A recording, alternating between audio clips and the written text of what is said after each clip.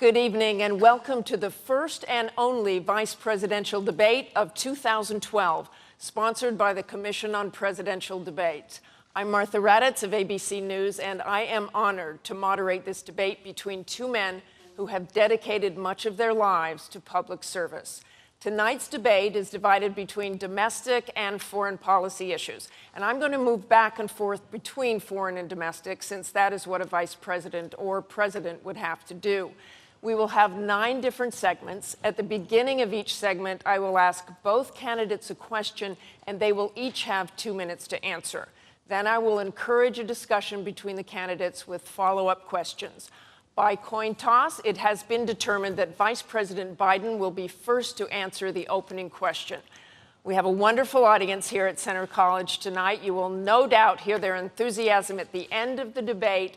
And right now, as we welcome Vice President Joe Biden and Congressman Paul Ryan.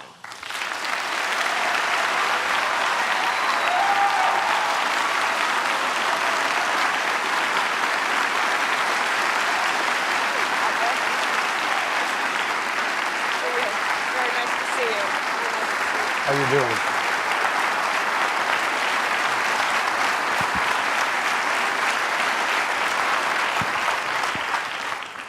Okay, you got your little wave to the families in. That's great.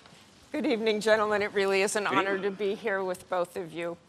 I would like to begin with Libya.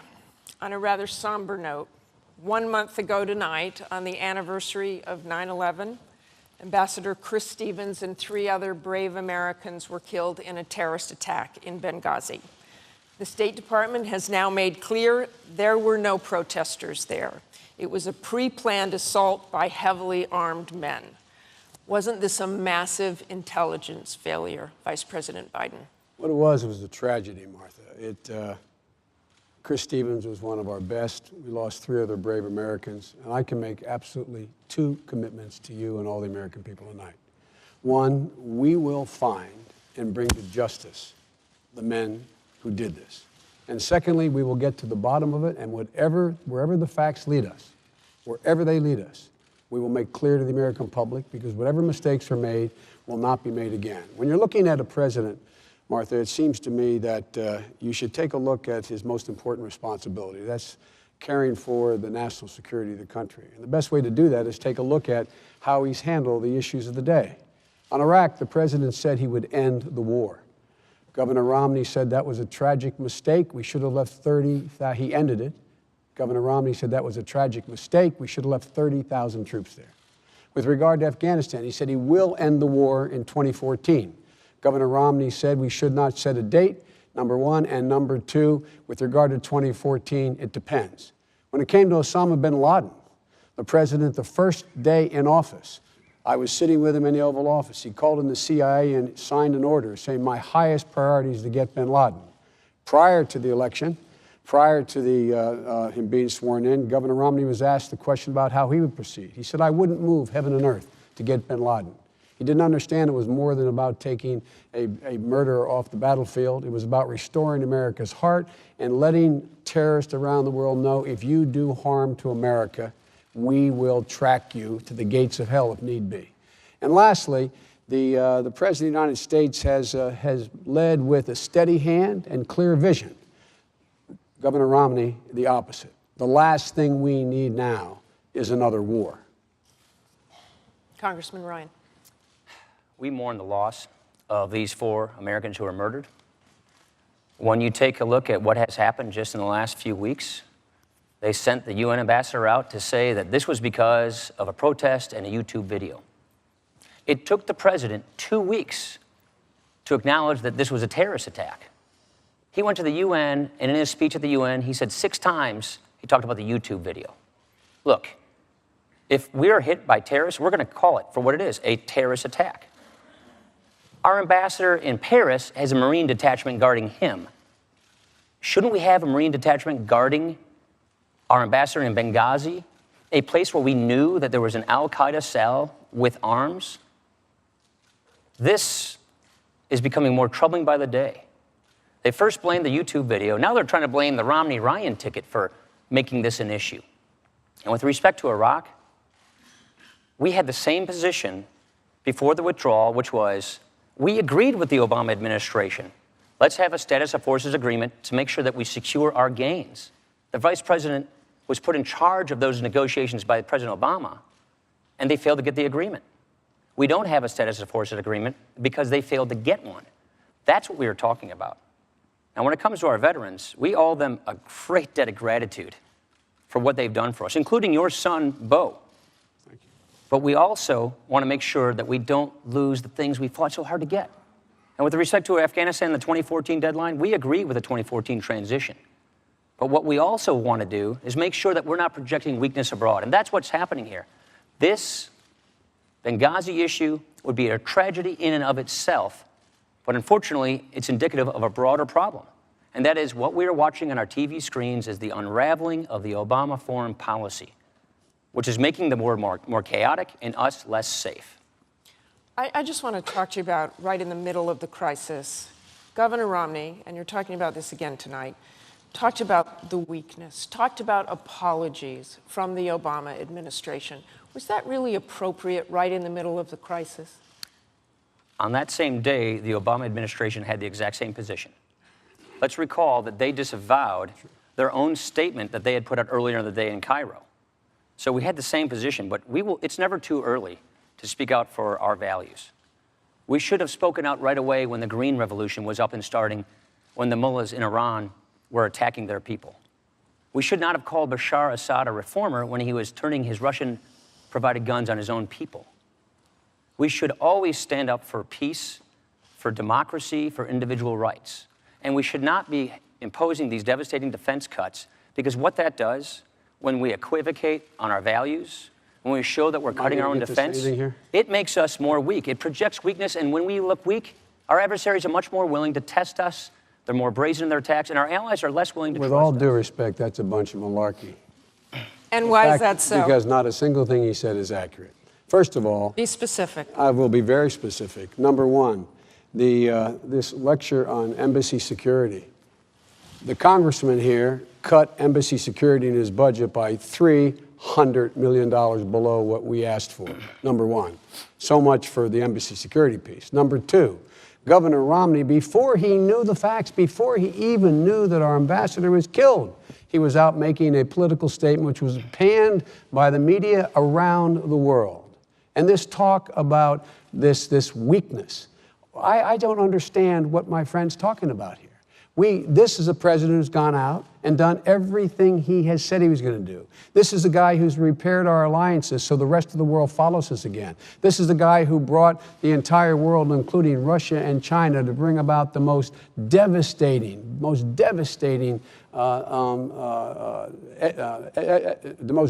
efforts on Iran to make sure that they, in fact, stop with their... Look, I mean, these guys bet against America all the time. Can we talk about... Let me go back to sure. Libya. What were you first told about the attack? Why were people talking about protests? When people in the consulate first saw armed men attacking with guns, there were no protesters. Because why that's did that go on exactly for what weeks? we were told by By the who? intelligence community. The intelligence community told us that. As they learned more facts about exactly what happened, they changed their assessment. That's why there's also an investigation headed by Tom Pickering, a leading diplomat from the Reagan years, who is doing an investigation as to whether or not there are any lapses, what the lapses were, so that they will never happen again. And they wanted more security there. Well, we weren't told they wanted more security again. We did not know they wanted more security again. And by the way, at the time, we were told exactly, we said exactly what the intelligence community told us that they knew. That was the assessment. And as the intelligence community changed their view, we made it clear they changed their view. That's why I said we will get to the bottom of this. You know, usually when there's a crisis, we pull together. We pull together as a nation. But as I said, even before we knew what happened to the ambassador, the governor was holding a press conference. That's not presidential leadership. Mr. Ryan, I want to ask you about, the Romney campaign talks a lot about no apologies. He has a book called No Apologies. Should the U.S. have apologized for Americans burning Qurans in Afghanistan? Should the U.S. apologize for U.S. Marines urinating on Taliban corpses? Oh, gosh, yes. urinating on Taliban corpses. What we should not apologize Burning Qurans for. immediately. What we should not be apologizing for are standing up for our values. What we should not be doing is saying to the Egyptian people, while Mubarak is cracking down on them, that he's a good guy, and then the next week say he ought to go. What we should not be doing is rejecting claims for calls for more security in our barracks, in our Marine. We need Marines in Benghazi when the commander on the ground says we need more forces for security. There were requests for extra security. Those requests were not honored. Look, this was the anniversary of 9/11. It was Libya, a country we knew we had al-Qaeda cells there. As we know, al-Qaeda and its affiliates are on the rise in northern Africa. And we did not give our ambassador in Benghazi a Marine detachment. Of course there's an investigation so we can make sure that this never happens again. But when it comes to speaking up for our values, we should not apologize for those. Here's the problem. Look at all the various issues out there, and it's unraveling before our eyes. The vice president talks about sanctions on Iran. Let's move to Iran. I'd actually like to move to Iran because there's really no bigger national security this country is facing. Both President Obama and Governor Romney have said they will prevent Iran from getting a nuclear weapon, even if that means military action. Last week, former Defense Secretary Bob Gates said a strike on Iran's facilities would not work and, quote, could prove catastrophic, haunting us for generations. Can the two of you be absolutely clear and specific to the American people? How effective would a military strike be? Congressman Ryan. We cannot allow Iran to gain a nuclear weapons capability. Now, let's take a look at where we've come from. When Barack Obama was elected, they had enough fissile material, nuclear material, to make one bomb. Now they have enough for 5. They're racing toward a nuclear weapon. They're 4 years closer toward a nuclear weapons capability. We've had 4 different sanctions to the UN on Iran, 3 from the Bush administration, 1 here. And the only reason we got it is because Russia watered it down and prevented the sanctions from hitting the central bank. Mitt Romney proposed these sanctions in 2007. In Congress, I've been fighting for these sanctions since 2009. The administration was blocking us every step of the way. Only because we had strong bipartisan support for these tough sanctions were we able to overrule their objections and put them in spite of the administration. Imagine what would have happened if we had these sanctions in place earlier. You think Iran's not brazen? Look at what they're doing. They're stepping up their terrorist attacks. They tried a terrorist attack in the United States last year when they tried to blow up the Saudi ambassador at a restaurant in Washington, D.C. And talk about credibility. When this administration says that all options are on the table, they send out senior administration officials that send all these mixed signals. And so in order to solve this peacefully, which is everybody's goal, you have to have the Ayatollahs change their minds. Look at where they are. They're moving faster toward a nuclear weapon. It's because this administration has no credibility on this issue. It's because this administration watered down sanctions, delayed sanctions, tried to stop us from putting the tough sanctions in place. Now we have them in place because of Congress. They say the military option's on the table, but it's not being viewed as credible. And the key is to do this peacefully, is to make sure that we have credibility. Under a Romney administration, we will have credibility on this issue. Vice President Biden. It's incredible. Look, imagine had we let the Republican Congress work out the sanctions. You think there's any possibility the entire world would have joined us? Russia and China, all of our allies. These are the most crippling sanctions in the history of sanctions, period. When Governor Romney's asked about it, he said, we got to keep these sanctions. When you say, well, you're talking about doing more, what you're going to go to war? Is that what you want to do now? We want to prevent war. The interesting thing is how they're going to prevent war. How are they going to prevent war? They say there's nothing more that they say we should do than what we've already done, number one. And number two, with regard to the ability of the United States to take action militarily, it is not in my purview to talk about classified information, but we feel quite confident we could deal a serious blow to the Iranians. But number two, the Iranians are, the Israelis and the United States, our military and intelligence communities are absolutely the same exact place in terms of how close the Iranians are to getting a nuclear weapon. They are a good way away. There is no difference between our view and theirs. When my friend talks about fissile material, They have to take this highly enriched uranium, get it from 20% up, then they have to be able to have something to put it in. There is no weapon that the Iranians have at this point. Both the Israelis and we know will know if they start the process of building a weapon. So all this bluster I keep hearing, all this loose talk, what are they talking about? Are you talking about to be more credible? What more can the president do? Stand before the United Nations, tell the whole world, directly communicate to the Ayatollah, we will not let them acquire a nuclear weapon, period, unless he's talking about going to war. Martha, let's Congressman Ryan. let's look at this from the view of the Ayatollahs. What do they see? They see this administration trying to water down sanctions in Congress for over 2 years. They're moving faster toward a nuclear weapon. They're spinning the centrifuges faster. They see us saying when we come into the administration, when they're sworn in, we need more space with our ally Israel.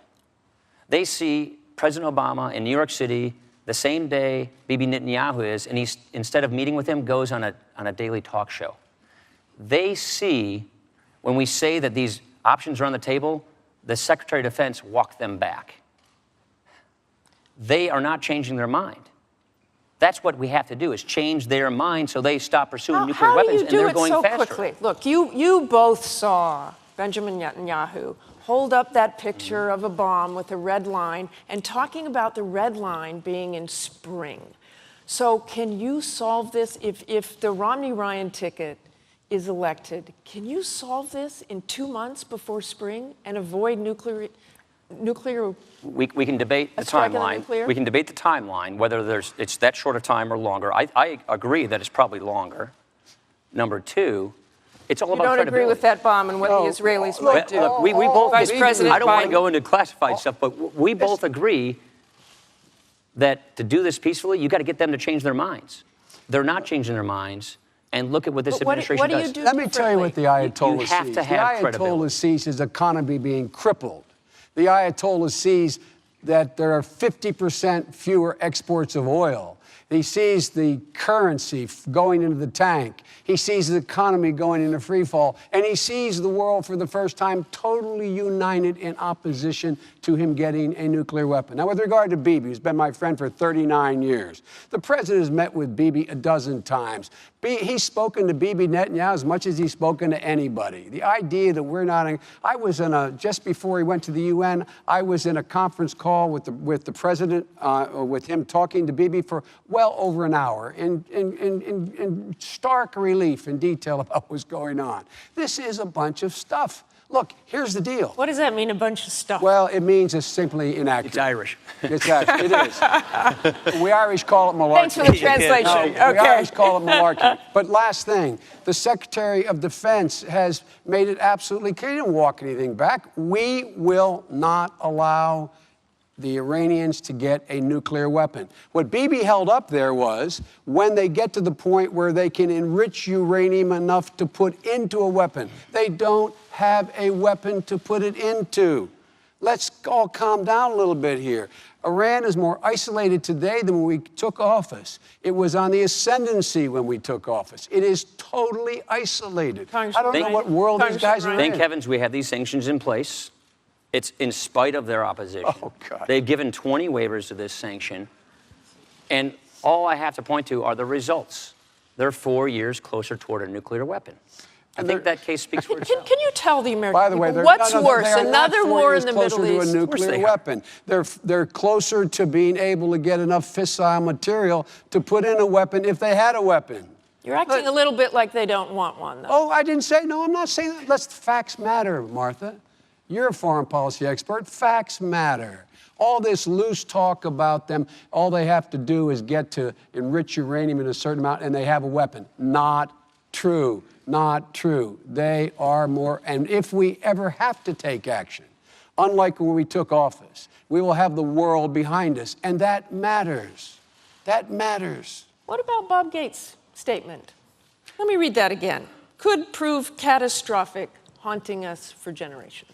He is right. It could prove catastrophic if we didn't do Congressman it Ryan, with precision. And what it does is it undermines our credibility by backing up the point when we make it that all options are on the table. That's the point. The Ayatollahs see these kinds of statements and they think, I'm going to get a nuclear weapon. When we see the kind of equivocation that took place because this administration wanted a precondition policy, so when the Green Revolution started up, they were silent for 9 days. When they see us putting they see us putting daylight between ourselves and our allies in Israel, that gives them encouragement. When they see Russia watering down any further sanctions, the only reason we got a UN sanction is because Russia watered it down and prevented these central bank sanctions in the first place. So when they see this kind of activity, they are encouraged to continue, and that's Martha, the let me problem. tell you what Russia Let me did. ask you what's worse. War in the Middle East, another war in the Middle East, I'll tell you or a what's worse. nuclear-armed Iran. I'll tell you what's Quickly. worse. A nuclear-armed Iran, which triggers a nuclear arms race in the Middle East. This is the world's largest sponsor of terrorism. They've the dedicated only themselves thing to my- wiping an entire country off the map. They call us the Great Satan. And if they get nuclear weapons, other people in the neighborhood will pursue their nuclear weapons as well. Vice President We Biden. can't live with that. War should always be the absolute last resort. That's why these crippling sanctions with Bibi Netanyahu says we should continue, which, if I'm not mistaken, Governor Romney says we should continue. If I may be mistaken, he changed his mind so often, I could be wrong. But the fact of the matter is, he says they're working. And the fact is that they are being crippled by them. And we've made it clear, big nations can't bluff. This president doesn't bluff. Gentlemen, I want to bring the conversation to a different kind of national security issue, the state of our economy. The number one issue here at home is jobs. The percentage of unemployed just fell below 8% for the first time in 43 months. The Obama administration had projected that it would fall below 6% now after the addition of close to $1 trillion in stimulus money. So will both of you level with the American people? Can you get unemployment to under 6%, and how long will it take? I don't Vice know how long it will President take. We can and we will get it under 6%. Let's take a look at the facts. Let's look at where we were when we came to office. The economy was in free fall. We had the Great Recession hit. 9 million people lost their job. $1.6 trillion in wealth lost, in equity in your homes and retirement accounts for the middle class. We knew we had to act for the middle class. We immediately went out and rescued General Motors. We went ahead and made sure that we cut taxes for the middle class. And in addition to that, when that occurred, what did Romney do? Romney said, no, let Detroit go bankrupt. We moved in and helped people refinance their homes. Governor Romney said, no, let foreclosures hit the bottom. But it shouldn't be surprising for a guy who says 47% of the American people are unwilling to take responsibility for their own lives. My friend recently in a speech in Washington said 30% of the American people are takers. These people are my mom and dad, the people I grew up with, my neighbors. They pay more effective tax than Governor Romney pays in his federal income tax. They are elderly people who, in fact, are living off of Social Security. There are veterans and people fighting in Afghanistan right now who are, quote, not paying any taxes. I've had it up to here with this notion that 47%, it's about time they take some responsibility here. And instead of signing pledges to Grover Norquist not to ask the wealthiest among us to contribute to bring back the middle class, they should be signing a pledge saying to the middle class, we're going to level the playing field. We're going to give you a fair shot again. We are going to not repeat the mistakes we made in the past by having a different set of rules for Wall Street and Main Street, making sure that we continue to hemorrhage these tax cuts for the super wealthy. They're pushing the continuation of a tax cut that will give an additional $500 billion in tax cuts to 120,000 families. And they're holding hostage the middle class tax cut because they say we won't continue the middle class tax cut unless you give the tax cut for the super wealthy. It's about time they take some responsibility. Mr. Ryan. Joe and I are from similar towns. He's from Scranton, Pennsylvania. I'm from Janesville, Wisconsin. You know what the unemployment rate in Scranton is today? I sure do. It's 10%. Yeah. You know what it was the day you guys came in? 8.5%. Yeah. That's how it's going all around America. Look. You don't read the statistic. That's not how it's going. It's going down. This is his 2-minute answer, Look. please. Did they come in and inherit a tough situation? Absolutely. But we're going in the wrong direction. Look at where we are. The economy is barely limping along. It's growing at 1.3%. That's slower than it grew last year, and last year was slower than the year before. Job growth in September was slower than it was in August, and August was slower than it was in July. We're heading in the wrong direction. 23 million Americans are struggling for work today. 15% of Americans are living in poverty today. This is not what a real recovery looks like. We need real reforms for a real recovery, and that's exactly what Mitt Romney and I are proposing. It's a 5-point plan. Get America energy independent in North America by the end of the decade. Help people who are hurting get the skills they need to get the jobs they want. Get this deficit and debt under control to prevent a debt crisis. Make trade work for America so we can make more things in America and sell them overseas, and champion small businesses. Don't raise taxes on small businesses because they're our job creators. He talks about Detroit. Mitt Romney's a car guy. They keep misquoting him, but let me tell you about the Mitt Romney I know. This is a guy who I was talking to, a family in Northborough, Massachusetts the other day, Cheryl and Mark Nixon. Their kids were hit in a car crash, 4 of them. 2 of them, Rob and Reed, were paralyzed. The Romneys didn't know them. They went to the same church they never met before. Mitt asked if he could come over on Christmas. He brought his boys, his wife, and gifts. Later on, he said, I know you're struggling, Mark. Don't worry about their college. I'll pay for it. When Mark told me this story, because you know what? Mitt Romney doesn't tell these stories. The Nixons told this story. When he told me this story, he said it wasn't the help, the cash help, it's that he gave his time, and he has consistently. This is a man who gave 30% of his income to charity, more than the 2 of us combined. Mitt Romney's a good man. He cares about 100% of Americans in this country. And with respect to that quote, I think the vice president very well knows that sometimes the words don't come out of your mouth the right way. But I always say what I mean. And We so does want Romney. everybody to succeed. We want to get people out of poverty, in the middle class, onto a life of self-sufficiency. We believe in opportunity and upward mobility. That's what we're going to push for in a Romney administration. Vice President, I have a feeling you have a few things to say here. The idea, if you heard that little soliloquy on 47%, you think he just made a mistake, then I think I think I got a bridge to sell you. Look, I don't doubt his personal generosity, and I understand what it's like. When I was a little younger than the congressman, my wife was in an accident, killed my daughter and my wife, and my 2 sons survived. I have sat in the homes of many people who have gone through what I get through, because the one thing you can give people solace is to know, if they know you've been through it, that they can make it. So I don't doubt his personal commitment to individuals. But you know what? I know he had no commitment to the automobile industry. He said, let it go bankrupt, period. Let it drop out. All this talk, we saved 1 million jobs. 200,000 people are working today. And I've never met 2 guys who are more down on America across the board.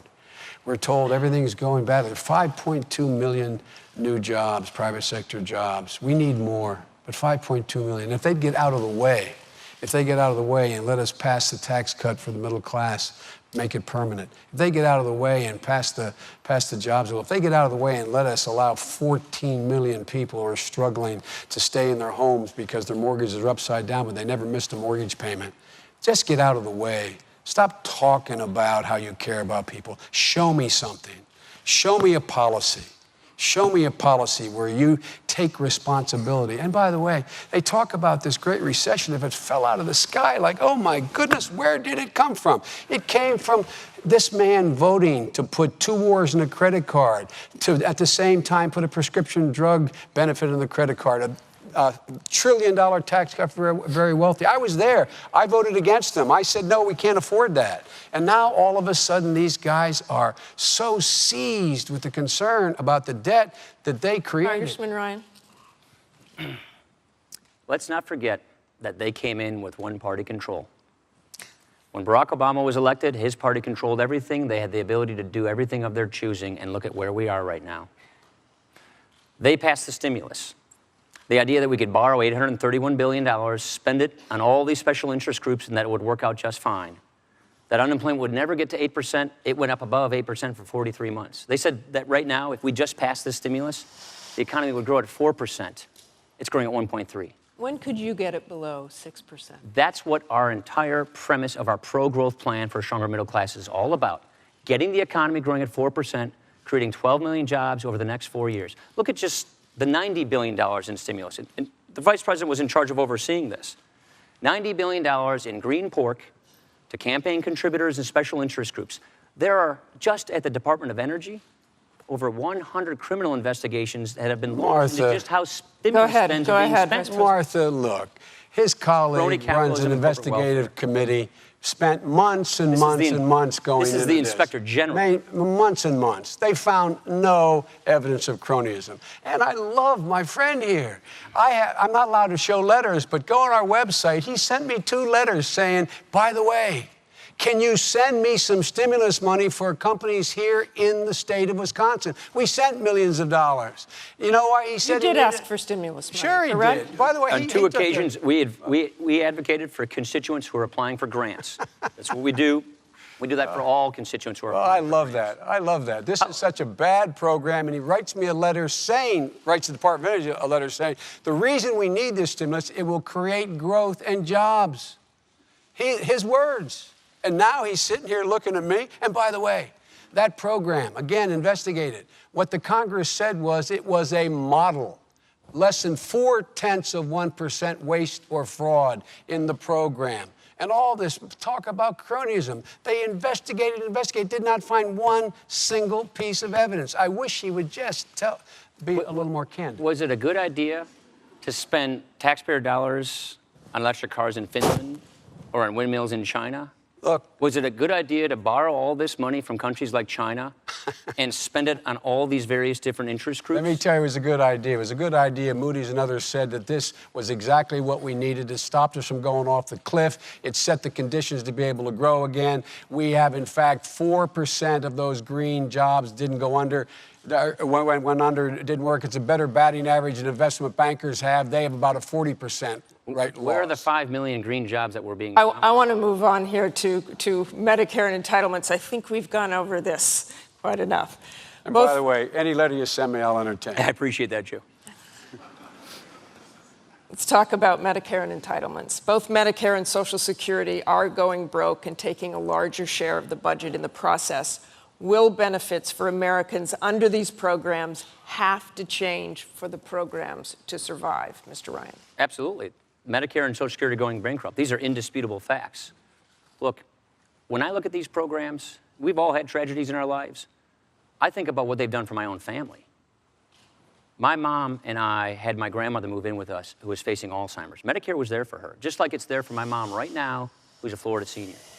After my dad died, my mom and I got Social Security survivors benefits. Helped me pay for college. It helped her go back to college in her 50s, where she started a small business because of the new skills she got. She paid all of her taxes on the promise that these programs would be there for her.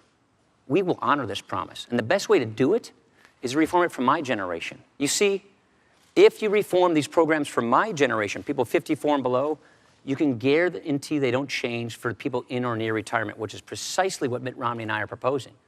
Look what Obamacare does. Obamacare takes $716 billion from Medicare to spend on Obamacare. Even their own chief actuary at Medicare backs this up. He says you can't spend the same dollar twice. You can't claim that this money goes to Medicare and Obamacare. And then they put this new Obamacare board in charge of cutting Medicare each and every year in ways that will lead to denied care for current seniors. This board, by the way, it's 15 people. The president's supposed to appoint them next year, and not one of them even has to have medical training. And Social Security, if we don't shore up Social Security, when we run out of the IOUs, when the program goes bankrupt, a 25% across-the-board benefit cut kicks in on current seniors in the middle of their retirement. We're going to stop that from happening. They haven't put a credible solution on the table. He'll tell you about vouchers. He'll say all these things to try and scare people. Here's what we're saying. Give younger people, when they become Medicare eligible, guaranteed coverage options that you can't be denied, including traditional Medicare. Choose your plan, and then Medicare subsidizes your premiums. Not as much for the wealthy people, more coverage for middle-income people, and total out-of-pocket coverage for the poor and the sick. Choice and competition. We would rather have 50 million future seniors determine how their Medicare is delivered to them instead of 15 bureaucrats deciding what, if, where, when they get it. Vice President Biden, 2 You know, I minutes. heard that death panel argument from Sarah Palin. It seems every vice presidential debate I hear this kind of stuff about panels. But let's talk about Medicare. What we did is we saved $716 billion and put it back, applied it to Medicare. We cut the cost of Medicare. We stopped overpaying insurance companies, when doctors and hospitals. The AMA supported what we did. AARP endorsed what we did. And it extended the life of Medicare to 2024. They want to wipe this all out. It also gave more benefits. Any senior out there, ask yourself, do you have more benefits today? You do. If you're near the donut hole, you have $800, $600 more to help your prescription drug costs. You get wellness visits without copays. They wipe all of this out, and Medicare becomes insolvent in 2016. Number one. Number two, guaranteed benefit. It's a voucher. When they first proposed, when the congressman had his first voucher program, the CBO said it would cost $6,400 a year, Martha, more for every senior 55 and below when they got there. He knew that, yet he got all the guys in Congress and women in the Republican Party to vote for it. Governor Romney, knowing that, said, I would sign it were I there. Who you believe? The AMA? Me? A guy who's fought his whole life for this, or somebody who would actually put in motion a plan that knowingly added $6,400 a year more to the cost of Medicare. Now they got a new plan. Trust me, it's not going to cost you any more. Folks, follow your instincts on this one. And with regard to Social Security, we will not privatize it. If we had listened to Romney, Governor Romney, and the congressman during the Bush years, imagine where all those seniors would be now if their money had been in the market. Their ideas are old and their ideas are bad, and they eliminate the guarantee of Medicare. Here's the problem. They got caught with their hands in the cookie jar, turning Medicare into a piggy bank for Obamacare.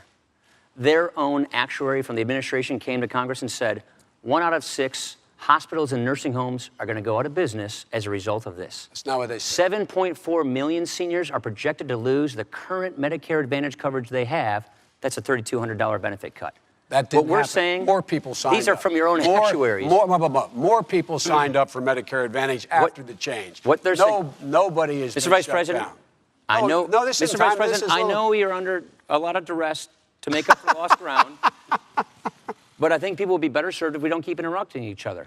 Well, Now, don't take all the this. 4 minutes then. We're saying don't change benefits for people 55 and above. They already organized their retirement around these They promises. already are. Let me ask you this. For those of us. What is your specific plan for seniors who really can't afford to make up the difference in the value of what you call a premium support plan and others call a voucher? 100% coverage and for what That's it what would we're cost? saying. So we're saying How do you income make adjust that these up? premium support payments by taking down the subsidies for wealthy people.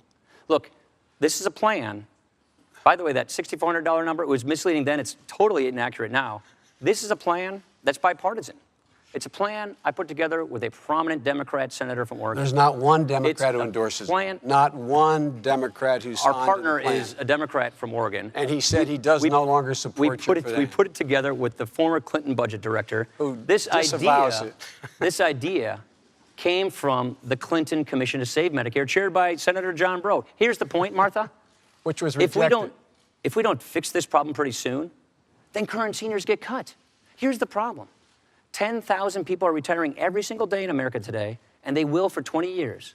That's not a political thing. Martha, that's if a we math just did thing. one thing, if they just allow Medicare to bargain for the cost of drugs like Medicaid can, that would save $156 billion right off the bat. And it would deny seniors choices.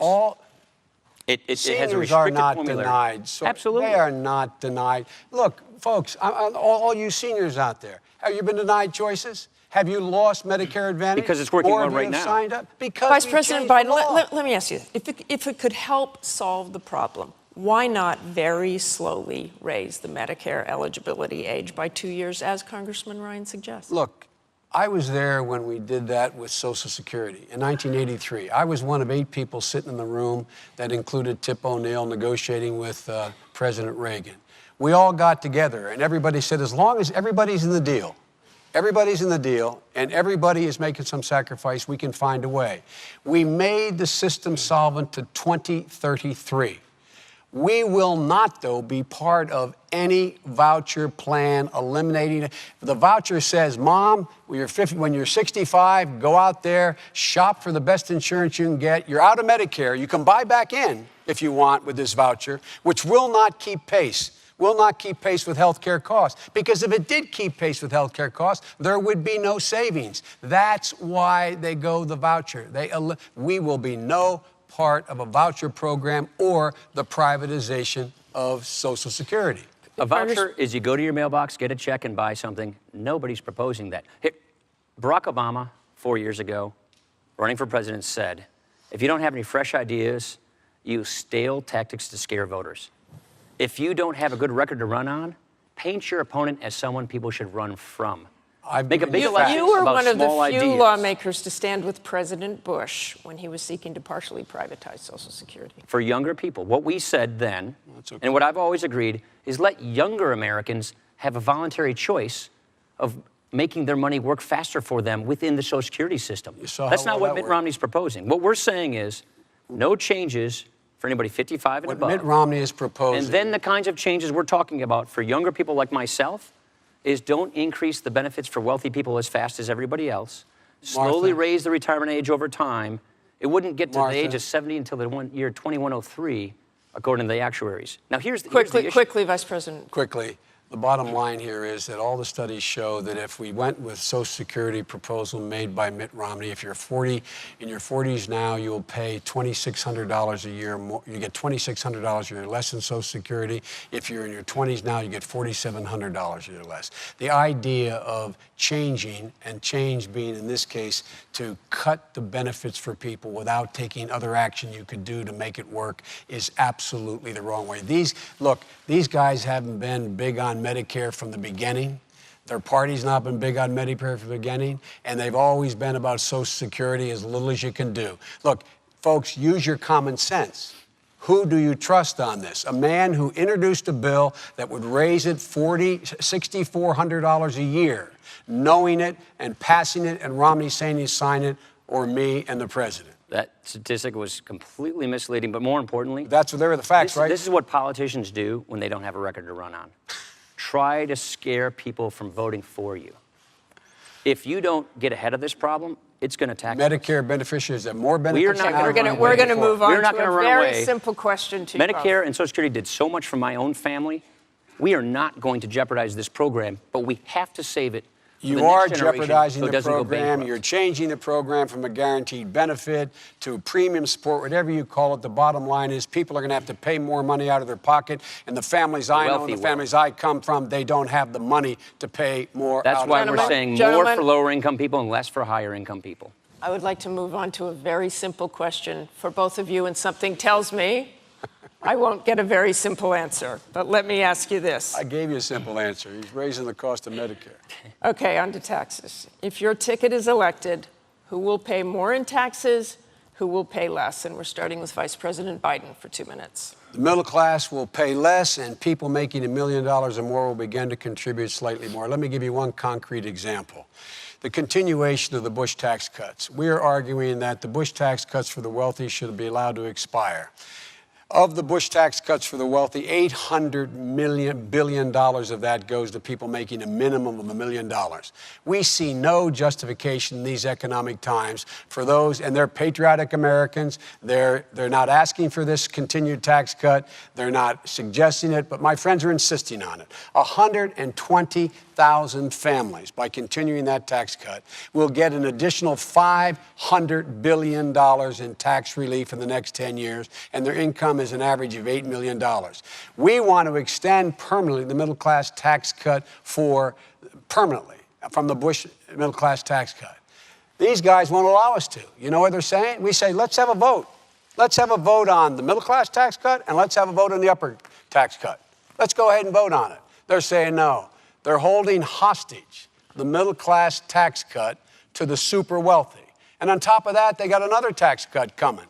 That's $5 trillion that all the studies point out will, in fact, give another $250 million, $250,000 a year to those 120,000 families, and raise taxes for people who are middle income with a child by $2,000 a year. This is unconscionable. There is no need for this. The middle class got knocked on their heels. The Great Recession crushed them. They need some help now. The last people who need help are 120,000 families for another $500 billion tax cut over the next 10 years. Congressman. Our entire premise of these tax reform plans is to grow the economy and create jobs. It's a plan that's estimated to create 7 million jobs.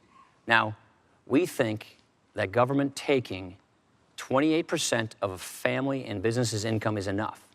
President Obama thinks that the government ought to be able to take as much as 44.8% of a small business's income. Look, if you taxed every person in successful small business making over $250,000 at 100%, it only run the government for 98 days.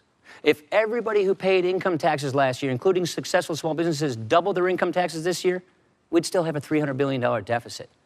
You see, there aren't enough rich people and small businesses to tax to pay for all their spending. And so the next time you hear them say, don't worry about it, we'll get a few wealthy people to pay their fair share, watch out, middle class, the tax bill is coming to you. That's why we're saying we need fundamental tax reform. Let's take a look at it this way.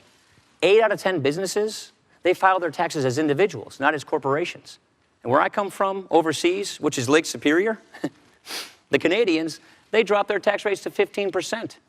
The average tax rate on businesses in the industrialized world is 25%, and the president wants the top effective tax rate on successful small businesses to go above 40%. 2/3 of our jobs come from small businesses. This one tax would actually tax about 53% of small business income. It's expected to cost us 710,000 jobs. And you know what? It doesn't even pay for 10% of their proposed deficit spending increases. What we are saying is lower tax rates across the board and close loopholes primarily to the higher income people. We have 3 bottom lines.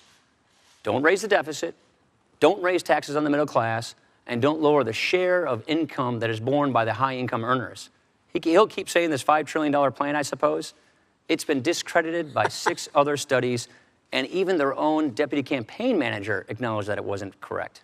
Well, let's talk about this 20%. You have refused, and again, to offer specifics on how you pay for that 20% across the board tax cut. Do you actually have the specifics, or are you still working on it, and that's why you won't tell voters? Different than this administration, we actually want to have big bipartisan agreements. You see, I understand Do you have the specifics? Do you have the math? You know exactly what you're doing? Congress. Look at what Ronald Reagan and Tip O'Neill did. They worked together out of a framework to lower tax rates and broaden the base, and they worked together to fix that. What we're saying is, here's our framework. Lower tax rates 20%. We raise about $1.2 trillion through income taxes. We forego about $1.1 trillion in loopholes and deductions. And so what we're saying is, deny those loopholes and deductions to higher income taxpayers so that more of their income is taxed, which has a broader base of taxation, so we can lower tax rates across the board. Now, here's why I'm saying this. What we're saying is, here's the framework. I hope I'm going to get time to respond to this. You'll get time. We want to work with Congress on how best to achieve this. That means successful. Look, no specifics again. What we're saying is lower tax rates 20%, start with the wealthy, work with Congress to do it. And you guarantee this math will add up? Absolutely. 6 studies have guaranteed. 6 studies have verified that this math adds up. But Vice President Biden. Vice President Biden. Let me translate. Let me have a chance to translate. I'll come back in a second then, right? First of all, I was there when Ronald Reagan tax rates went. He gave specifics of what he was going to cut. No, number one, in terms of tax expenditures. Number two, 97% of the small businesses in America make less than $250,000. Let me tell you who some of those other small businesses are. Hedge funds. that make $600–800 million a year. That's what they count as small businesses because they're pass-through. Let's look at how sincere they are. Governor Romney on 60 Minutes, I guess it was about 10 days ago, was asked, Governor, you pay 14% on $20 million. Someone making $50,000 pays more than that. Do you think that's fair? He said, oh, yes, that's fair. That's fair.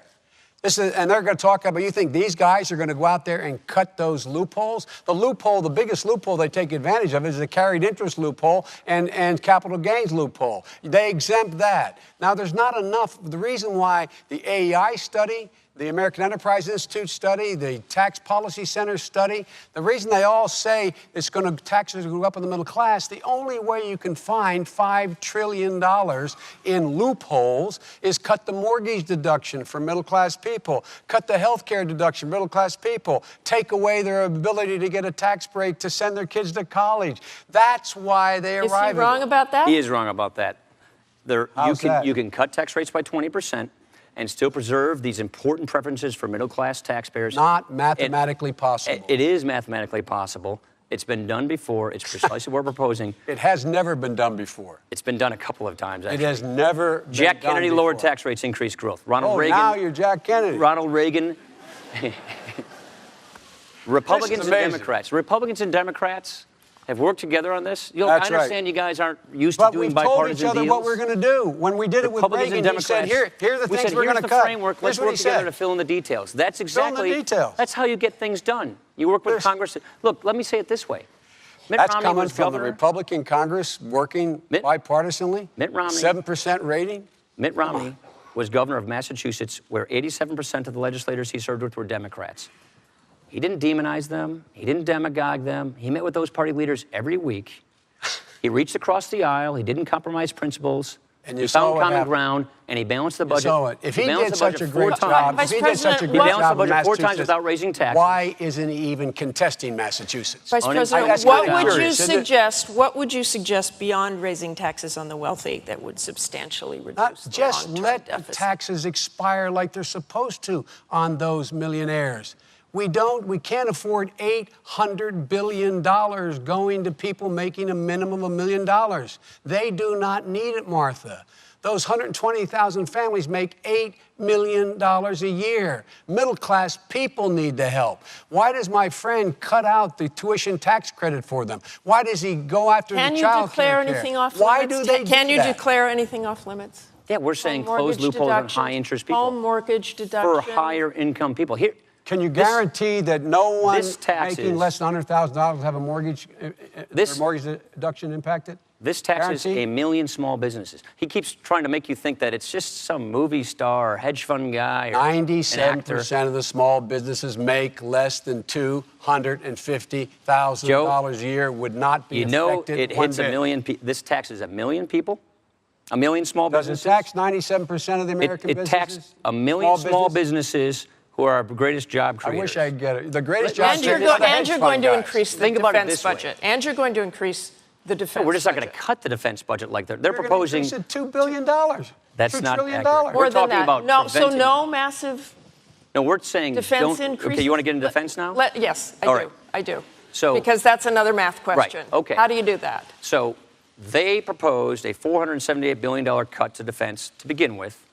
Now we have another $500 billion cut to defense that's lurking on the horizon.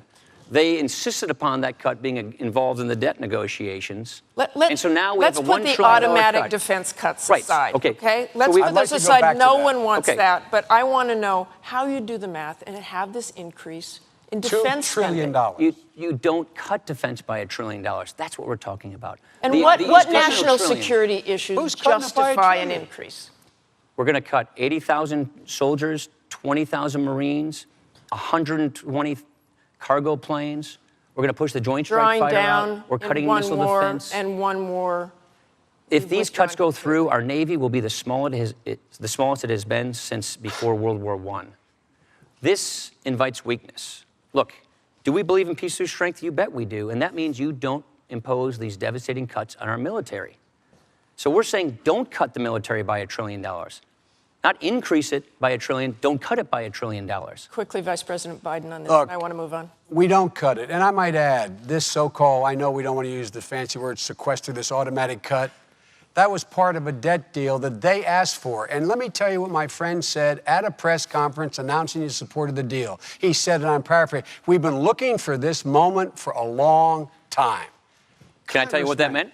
We've been Why, looking for bipartisanship for a long time. And so the bipartisanship is what he voted for, the automatic cuts in defense if they didn't act. And beyond that, they asked for another. Look, the military says we need a smaller, leaner army. We need more special forces. We don't need more M1 tanks. What we need is more UAVs. Some of the military. I know that's not some of the military. That was the decision of the Joint Chiefs of Staff, recommended to us and agreed to by the president. Who answered to a civilian leader?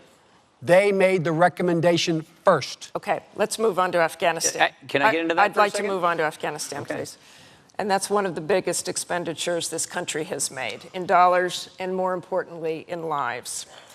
We just passed the sad milestone of losing 2,000 U.S. troops there in this war. More than 50 of them were killed this year by the very Afghan forces we are trying to help. Now, we've reached the recruiting goal for Afghan forces. We've degraded al-Qaeda. So tell me, why not leave now? What more can we really accomplish? Is it worth more American lives? We don't want to lose the gains we've gotten. We want to make sure that the Taliban does not come back in and give al-Qaeda a safe haven. We agree with the administration on their 2014 transition. Look, when I think about Afghanistan, I think about the incredible job that our troops have done. You've been there more than the two of us combined. First time I was there in 2002, it was amazing to me what they were facing. When I went to the Arghandab Valley in Kandahar before the surge, I sat down with a young private in the 82nd from the Menominee Indian Reservation who would tell me what he did every day, and I was in awe. And to see what they had in front of them, and then to go back there in December, to go throughout Helmand with the Marines to see what they had accomplished, it's nothing short of amazing. What we don't want to do is lose the gains we've gotten. Now, we've disagreed from time to time on a few issues. We would have more likely taken into account the recommendations from our commanders, General Petraeus, Admiral Mullen, on troop levels throughout this year's fighting season. We've been skeptical about negotiations with the Taliban, especially while they're shooting at us. But we want to see the 2014 transition be successful, and that means we want to make sure our commanders have what they need to make sure that it is successful so that this does not once again become a launching pad for terrorists. Vice Martha, President Biden. let's keep our eye on the ball. The reason I've been in and out of Afghanistan and Iraq 20 times. I've been up in the Konar Valley. I've been throughout that whole country, mostly in a helicopter and sometimes in a vehicle. The fact is, we went there for one reason, to get those people who killed Americans, al-Qaeda. We've decimated al-Qaeda Central. We have eliminated Osama bin Laden. That was our purpose. And in fact, in the meantime, what we said we would do, we would help train the Afghan military. It's their responsibility to take over their own security. That's why with 49 of our allies in Afghanistan, we've agreed on a gradual drawdown, so we're out of there by the year 2014. My friend and the governor say it's based on conditions, which means it depends. It does not depend for us. It is the responsibility of the Afghans to take care of their own security. We have trained over 315,000, mostly without incident. There have been more than 24 cases of green on blue where Americans have been killed. If the measures the military has taken do not take hold, we will not go on joint patrols. We will not train in the field. We'll only train in the Army bases that exist there. But we are leaving. We are leaving in 2014, period. And in the process, we're going to be saving over the next 10 years another $800 billion. We've been in this war for over a decade. The primary objective is almost completed. Now all we're doing is putting the Kabul government in a position to be able to maintain their own security. It's their responsibility, not America's. What conditions could justify staying, Congressman Ryan? We don't want to stay. Look, one of my best friends in Janesville, a reservist, is at a forward operating base in eastern Afghanistan right now. Our wives are best friends, our daughters are best friends. I want him and all of our troops to come home as soon and safely as possible. We want to make sure that 2014 is successful. That's why we want to make sure that we give our commanders what they say they need to make it successful. We don't want to extend beyond 2014. That's the point we're making. You know, if it was just this, I feel like we would be able to call this a success, but it's not. What we are witnessing as we turn on our television screens these days is the absolute unraveling of the Obama foreign policy. Problems are growing at home, but problems are growing abroad, but jobs aren't growing here at home. Let me go back to this. He says we're absolutely leaving in 2014. You're saying that's not an absolute, but you won't talk Do you know about why what we say that? conditions would justify. Do you know why we say that? I'd like to Because know we why. don't want to broadcast to our enemies, put a date on your calendar, wait us out, and then come back. But you We want agree to with the make sure- timeline. We do agree. We do agree with the timeline and the transition.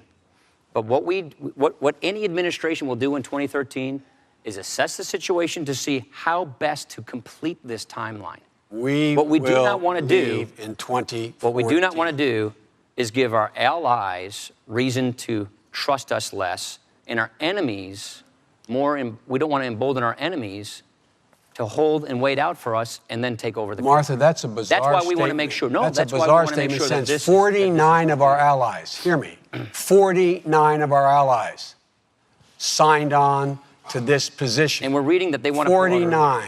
49 of our allies said out in 2014. It's the responsibility of the Afghans. We have other responsibilities. Do you think this around- timeline, but which is what we agree with. we have Yours is soldiers and conditional. Marines, we have Afghan forces murdering our forces over there. The Taliban is, do you think, taking advantage of this timeline? Oh, look, the Taliban, what we found out, and you saw it in Iraq, Martha, unless you set a timeline, Baghdad in the case of Iraq and Kabul in the case of Afghanistan will not step up. They're happy to let us continue to do the job. International security forces do the job. The only way they step up is say, fellas, we're leaving. We've trained you. Step up. Step up. Let me go That's back. the only way it works. Let me go back to the surge troops that we put in there. And you brought this up, Congressman Ryan. I have talked to a lot of troops. I've talked to senior officers who were concerned that the surge troops were pulled out during the fighting season, and some of them saw that as a political move. So can you tell me, Vice President Biden, what was the military reason for bringing those surge troops home before the fighting season ended? Bringing those, by the way, when the president announced the surge, you'll remember, Martha, he said the surge will be out by the end of the summer. The military said the surge will be out. Nothing political about this. Before the surge occurred, so you be a little straight with me here too. Before the surge occurred, we said they'll be out by the end of the summer. That's what the military said. The reason for that is Military follows orders. Trust me, there are people Sure, who are there- concerned about pulling out. There are on the people fighting that are season. concerned, but not the Joint Chiefs. That was their recommendation in the Oval Office to the President of the United States of America. I sat there. I'm sure you'll find someone who disagrees with the Pentagon. I'm positive you'll find that within the military. But that's not the case here. And secondly, the reason why the military said that is you cannot wait and have a cliff. It takes, months and months and months to draw down forces. Let me try and illustrate the issue here, because I think this can get a little confusing. We've all met with General Allen and General Scaparrotti in Afghanistan to talk about fighting seasons. Here's the way it works.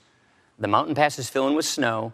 The Taliban and the terrorists and the Haqqani and the Quetta Shura come over from Pakistan to fight our men and women. When it fills in with snow, they can't do it. That's what we call fighting seasons. In the warm months, fighting gets really high. In the winter, it goes down. And so when Admiral Mullen and General Petraeus came to Congress and said, if you pull these people out before the fighting season is end, It puts people more at risk. That's the problem. Yes, we drew 22,000 troops down last month, but the remaining troops that are there, who still have the same mission to prosecute counterinsurgency, are doing it with fewer people. That makes them less safe. We're sending fewer people out in all these hotspots to do the same job that they were supposed to do a month ago. Because we but we took turned it 22,000 over- people out for turned them it to do over it. to the Afghan troops we trained. No one got pulled out that didn't get filled in by trained Afghan personnel. And he's conflating two issues. The fighting season that Petraeus was talking about and Admiral Mullen was the fighting season this spring. That's what he was talking about. We did not pull them out. The calendar works the same every year. It does work the same every year. And we're Spring, not staying summer, there. fall. It's warm or it's not. They're still fighting us. They're still coming over the passes. They're still coming in to Zabul, to Kunar, to all of these areas, but we are sending fewer people to the front to fight them, and that's That's right, safe. because that's the Afghan responsibility. We've trained them. Not in the East. Let's move to another war. Not in the East. Well, how do RC you- East, RC East. RC East, the most dangerous place That's in the world. why. That's why we don't want to send fewer people to do the job. That's why we should send Americans in to do the job instead of the. You'd rather Americans be going in and doing the job we instead are of the already trained. sending Americans to do the job, but fewer of them. That's the whole That's point. right. We're sending in more Afghans to do the job. Afghans to do the job.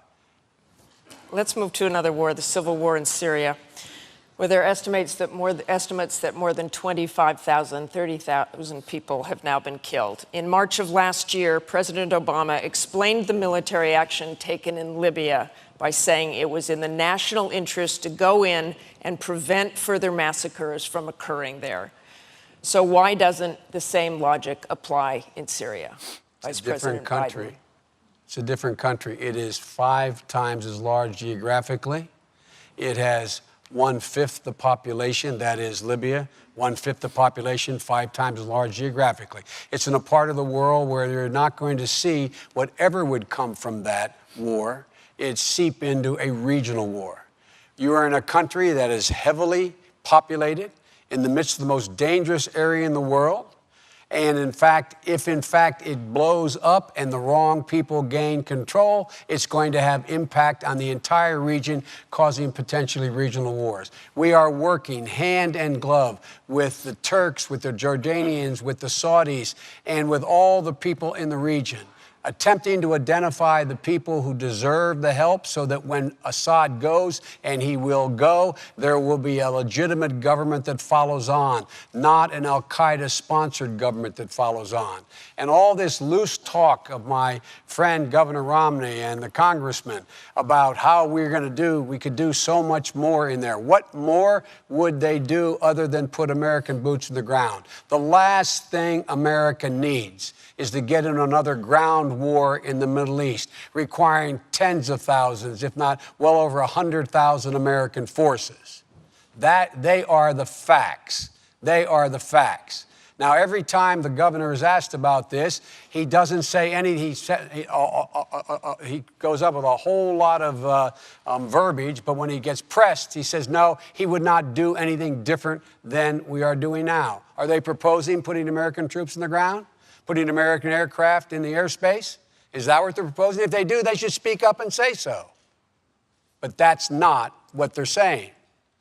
We are doing it exactly like we need to do to identify those forces who, in fact, will provide for a stable government and not cause a regional Sunni-Shia war when Bashir Assad falls. Congressman Ryan. Nobody is proposing to send troops to Syria, American troops. Now, let me say it this way. How would we do things differently? We wouldn't refer to Bashar Assad as a reformer when he's killing his own civilians with his Russian-provided weapons. We wouldn't be outsourcing our foreign policy to the United Nations, giving Vladimir Putin veto power over our efforts to try and deal with this issue. He's vetoed 3 of them. Hillary Clinton went to Russia to try and convince them not to do so. They thwarted her efforts. She said they were on the wrong side of history. She was right about that. This is just one more example of how the Russia reset's not working. And so where are we? after international pressure mounted, then President Obama said Bashar Assad should go. It's been over a year. The man has slaughtered tens of thousands of his own people, and more foreign fighters are spilling into this country. So the longer this has gone on, the more people, groups like Al-Qaeda are going in. We could have more easily identified the Free Syrian Army, the freedom fighters, working with our allies, the Turks, the Qataris, the Saudis, had we had a better plan in place to begin with, working through our allies. But no, we waited for Kofi Annan to try and come up with an agreement through the UN. That bought Bashar Assad time.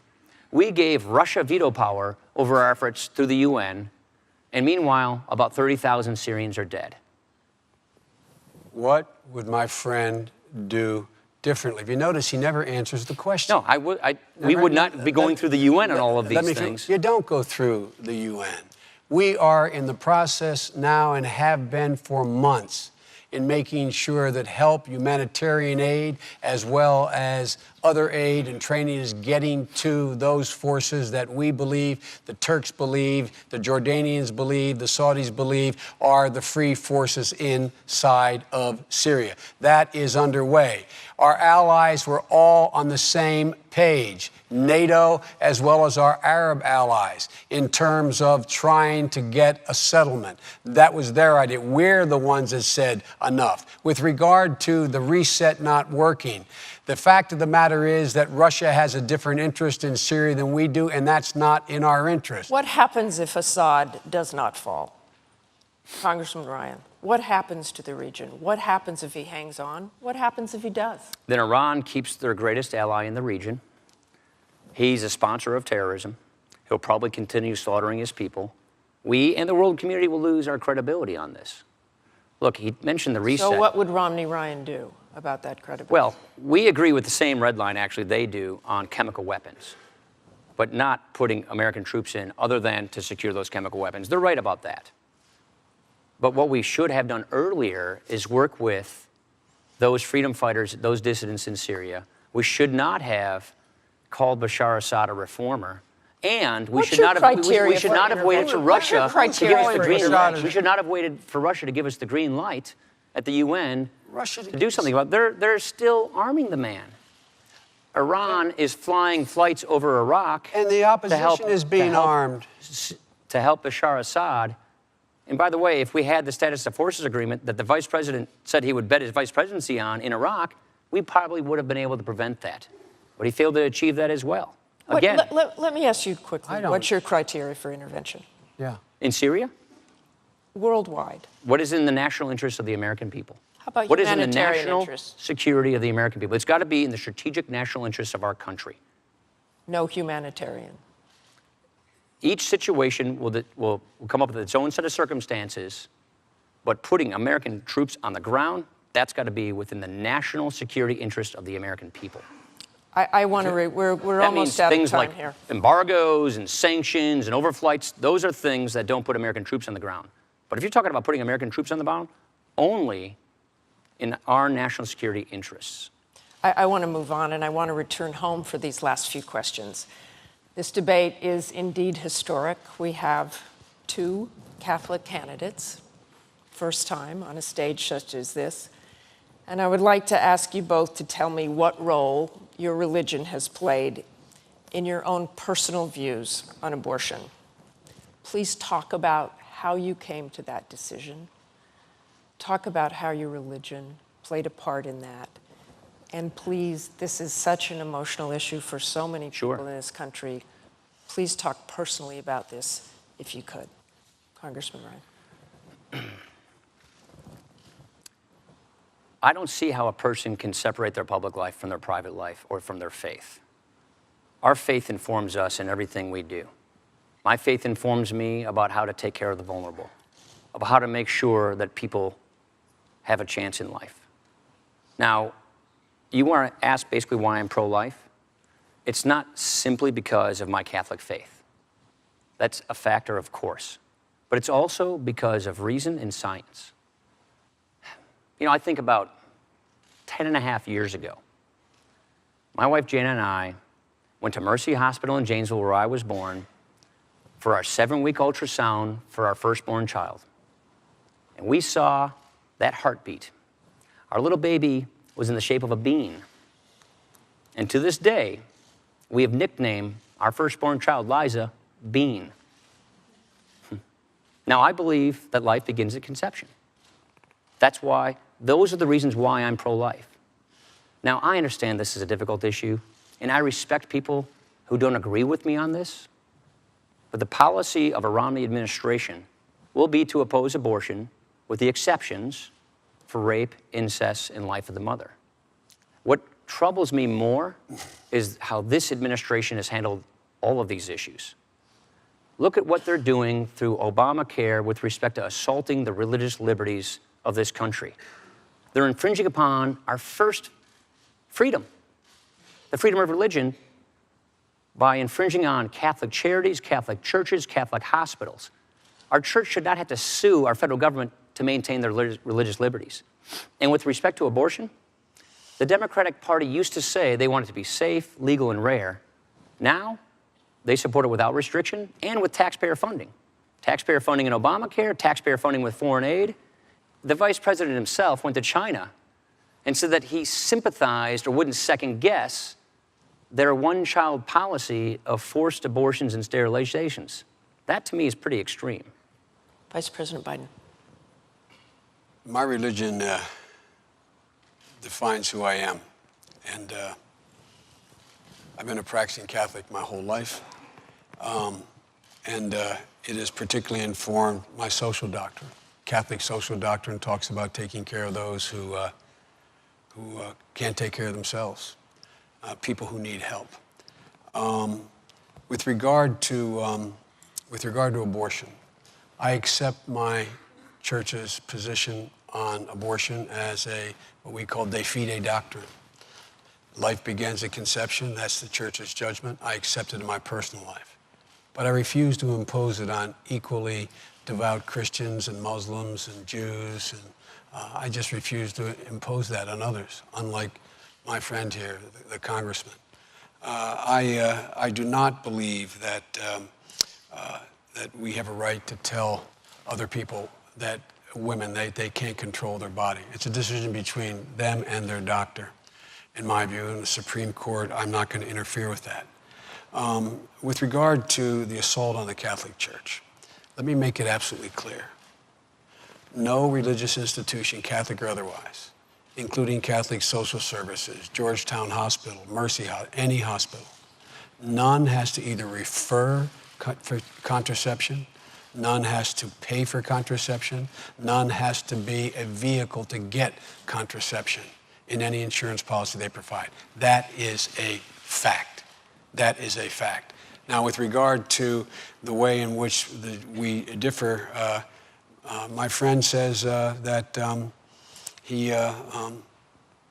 well, I guess he accepts Governor Romney's position now, because in the past he has argued that there's rape and forcible rape. He's argued that in the case of rape or incest, it would be a crime to engage in having an abortion. I just fundamentally disagree with my friend. Congressman Ryan. All I'm saying is if you believe that life begins at conception, that therefore doesn't change the definition of life. That's a principle. The policy of a Romney administration is to oppose abortion with exceptions for rape, incest, and life of the mother. Now, I've got to take issue with the Catholic Church and religious liberty. You have. If they agree with you, then why would they keep suing you? It's a distinction without a difference. I want to go back to the abortion question here. If the Romney-Ryan ticket is elected, should those who believe that abortion should remain legal be worried? We don't think that unelected judges should make this decision, that people through their elected representatives and reaching a consensus in society through the democratic process should make this determination. The next president will get 1 or 2 Supreme Court nominees. That's how close Roe v. Wade is. Just ask yourself, with Robert Bork being the chief advisor on the court for Mr. Romney, who do you think he's likely to appoint? Do you think he's likely to appoint someone like Scalia or someone else on the court far right that would outlaw outlaw abortion? I suspect that would happen. I guarantee you that will not happen. We picked two people. We picked people who are open-minded. They've been good justices. So keep an eye on the Supreme Court. Was there a litmus test on them? There was no litmus test. We picked people who had an open mind, did not come with an agenda. I'm going to move on to this closing question because we are running out of time. You certainly know, and you've said it here tonight, that the two of you respect our troops enormously. Your son has served, and perhaps someday your children will serve as well. I recently spoke to a highly decorated soldier who said that this presidential campaign has left him dismayed. He told me, quote, "The ads are so negative and they are all tearing down each other rather than building up the country." What would you say to that American hero about this campaign? And at the end of the day, are you ever embarrassed by the tone? Vice President Biden. I would say to him the same thing I say to my son, who did serve a year in Iraq, that we only have one truly sacred obligation as a government. That's to equip those we send into harm's way and care for those who come home. That's the only sacred obligation we have. Everything else falls behind that. I would also tell him that the fact that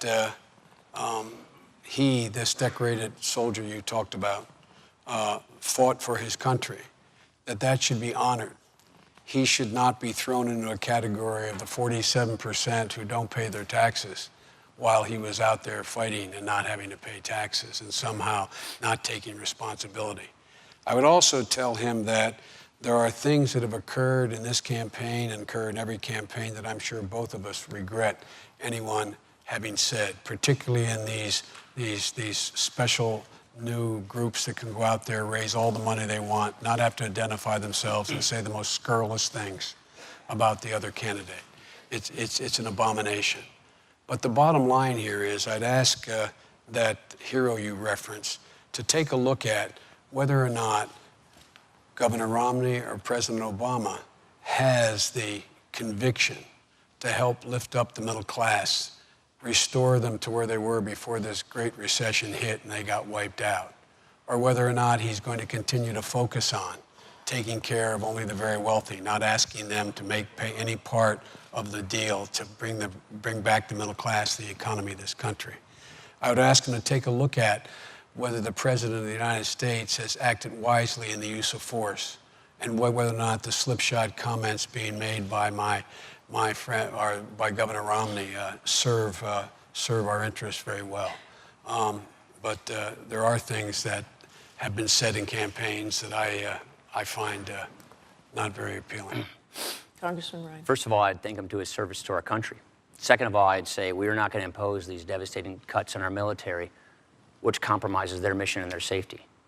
And then I would say you have a president who ran for president 4 years ago, promising hope and change, who has now turned his campaign into attack, blame, and defame. You see, if you don't have a good record to run on, then you paint your opponent as someone to run from. That was what President Obama said in 2008. It's what he's doing right now. Look at all the string of broken promises. If you like your health care plan, you can keep it. Try telling that to the 20 million people who are projected to lose their health insurance if Obamacare goes through, or the 7.4 million seniors who are going to lose it. Or remember when he said this, I guarantee if you make less than $250,000, your taxes won't go up. Of the 21 tax increases in Obamacare, 12 of them hit the middle class. Or remember when he said health insurance premiums will go down $2,500 per family per year? They've gone up $3,000 and they're expected to go up another $2,400. Or remember when he said, I promise by the end of my first term, I'll cut the deficit in half in 4 years. We've had 4 budgets, $4 trillion deficits. A debt crisis is coming.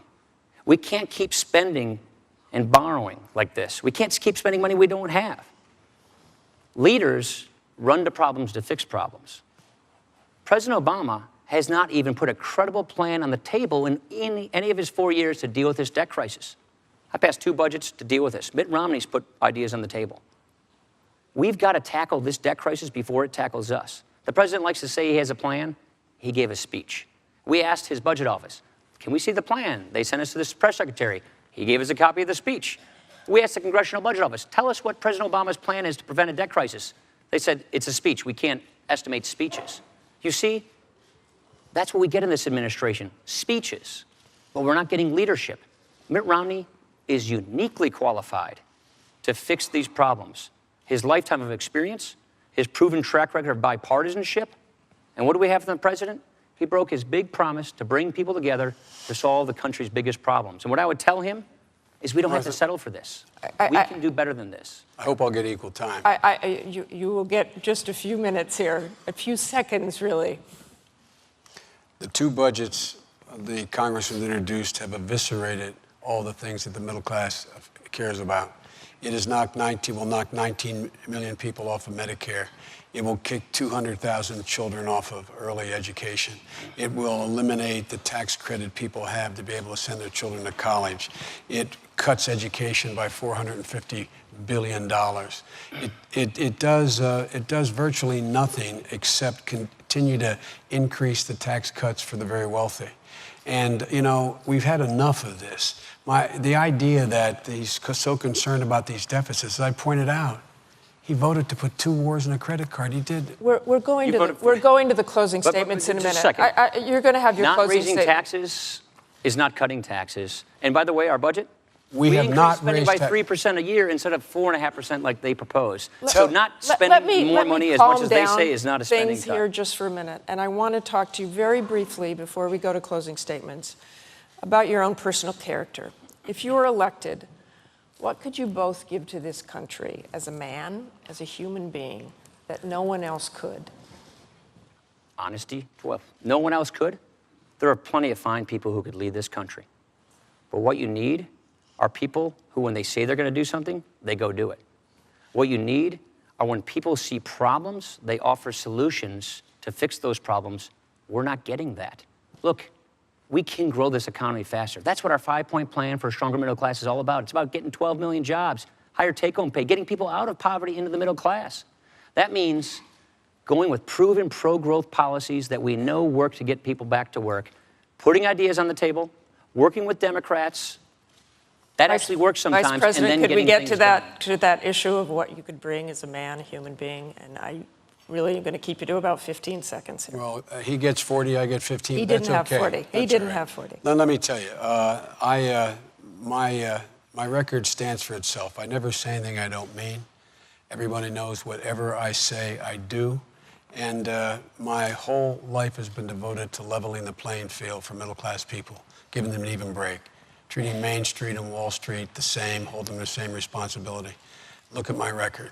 It's been all about the middle class. They're the people who grow this country. We think you grow this country from the middle out, not from the top down. Okay, we now turn to the candidates for their closing statements. Thank you, gentlemen. And that coin toss again has Vice President Biden starting with the closing statement. Well, let me say at the outset that I want to thank you, Martha, for doing this, and Senator College. The fact is that we're in a situation where we inherited a god-awful circumstance. People are in real trouble. We acted to move to bring relief to the people who need the most help now. And in the process, we, in case you haven't noticed, we have strong disagreements, but you probably detected my frustration with their attitude about the American people. My friend says that 30% of the American people are takers. Romney points out 47% of the people won't take responsibility. He's talking about my mother and father. He's talking about the places I grew up in, my neighbors in Scranton and Claymont. He's talking about the people that built this country. All they're looking for, Martha, all they're looking for is an even shot. Whenever you give them a shot, they've done it. They've done it. Whenever you've leveled the playing field, they've been able to move. And they want a little bit of peace of mind. And the president and I are not going to rest until that playing field is leveled. They, in fact, have a clear shot, and they have peace of mind. Until they can turn to their kid and say with a degree of confidence, honey, it's going to be okay. It's going to be okay. That's what this is all about. Congressman Ryan. I want to thank you as well, Martha. Danville, Kentucky, Centre College, and I want to thank you, Joe. It's been an honor to engage in this critical debate. We face a very big choice. What kind of country are we going to be? What kind of country are we going to give our kids? President Obama, he had his chance. He made his choices. His economic agenda, more spending, more borrowing, higher taxes, a government takeover of healthcare, it's not working. It's failed to create the jobs we need. 23 million Americans are struggling for work today. 15% of Americans are in poverty. This is not what a real recovery looks like. You deserve better. Mitt Romney and I want to earn your support. We're offering real reforms for a real recovery for every American. Mitt Romney, his experience, his ideas, his solutions, is uniquely qualified to get this job done. At a time when we have a jobs crisis in America, wouldn't it be nice to have a job creator in the White House? The choice is clear. A stagnant economy that promotes more government dependency, or a dynamic, growing economy that promotes opportunity and jobs. Mitt Romney and I will not duck the tough issues. And we will not blame others for the next 4 years. We will take responsibility. And we will not try to replace our founding principles. We will reapply our founding principles. The choice is clear, and the choice rests with you, and we ask you for your vote. Thank you.